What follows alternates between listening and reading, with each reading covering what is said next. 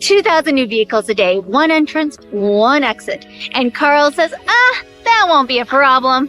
But if you live in this area, you know that's not true. So what actually is happening for this proposed development for recreation, dining, and retail at the Fisherman's Wharf in the Channel Islands Harbor? We're going to give you an update right now.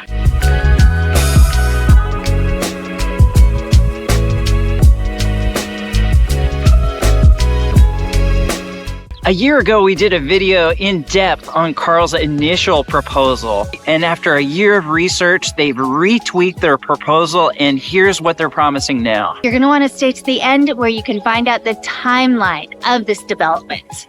Most people probably would agree that the current Fisherman's Wharf is really run down. It has the look of like a haunted ghost town. One of the things we were really concerned about was that they said they were going to keep all of the buildings. Well, they have found, which we already knew, that a lot of the buildings are rat infested, have asbestos, have mold, tons of termites, and they just can't save these buildings. So they're going to demolish all of these buildings. For starters, 60,000 feet of new construction, including 2 main buildings and 2 smaller buildings in a Cape Cod working harbor architectural style.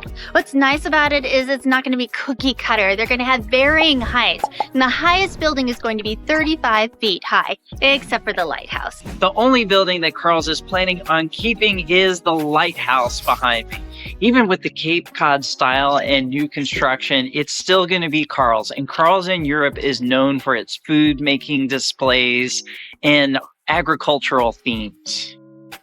From Karls' research, one of the things they mentioned is that there's a lot of different surfaces when you're walking around Karls, and we've noticed it from the old dilapidated wharf that's made out of wood to asphalt that is breaking apart, all the way to pavers and then concrete. And it also has varying widths. Currently, you have sections that are 8 feet wide all the way to like 3 feet wide. So when bikes are coming around, you're like jumping to the side to get out of their way.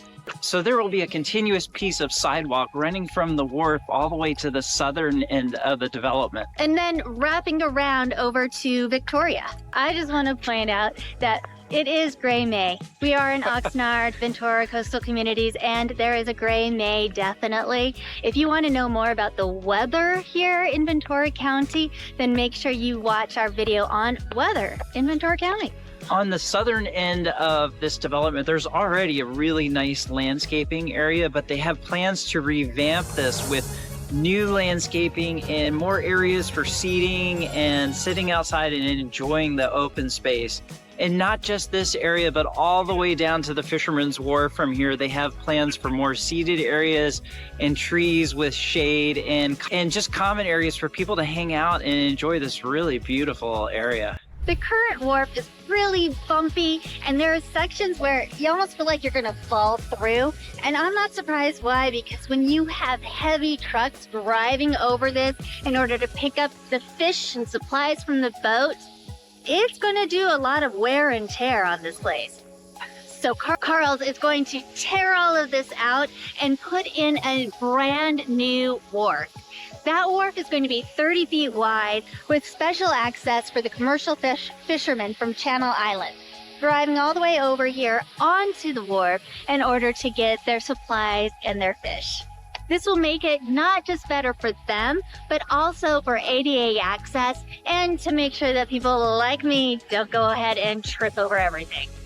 HC Seafood is a super popular restaurant attraction currently right in the Fisherman's Wharf.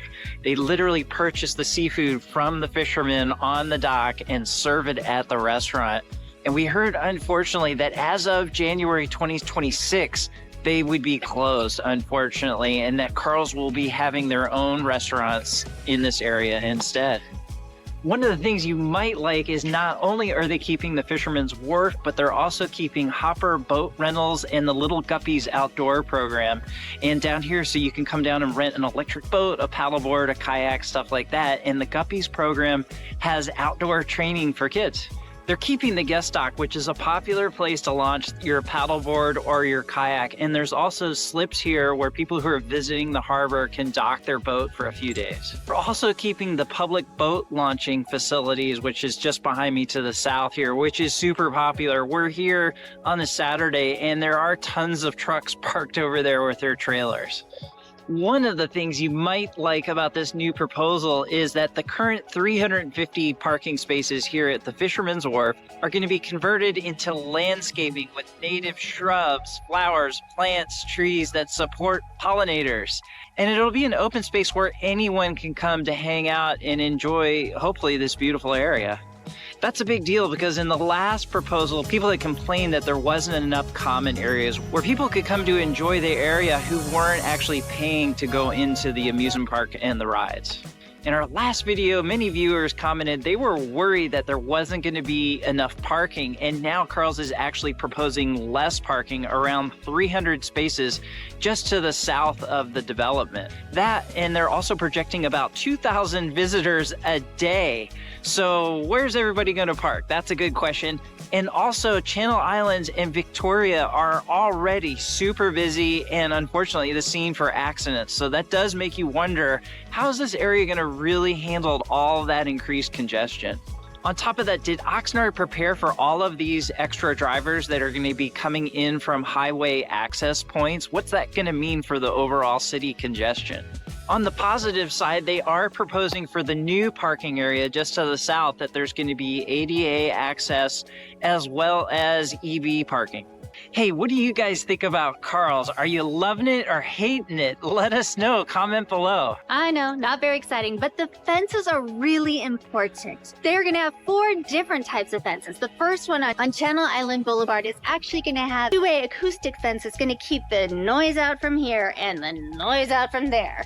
This is going to be designed as a working harbor kind of fence, keeping that theme of Fisherman's Wharf. They're going to have surfboards and buoys and nets to kind of decorate the whole area to get you in the whole maritime spirit. The next fence is going to divide Karls from the sidewalk and Fisherman's Wharf. It's all about the view, baby. So this fence is going to be 7 feet tall. It's going to have 3 feet of murals and storylines telling about the history of the area. And then the other 4 feet is going to be all glass. Because why else would you be next to a canal if you can't see the canal? And on the Victoria side, they are going to actually keep that little green belt area and make it more welcoming so that people feel like they can just come right in.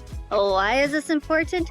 Because this is an amusement park and it's going to create noise and light. So those fences are going to be protecting the homeowners around here and the people who are enjoying the canal from being distracted and inconvenienced and just hating the noise.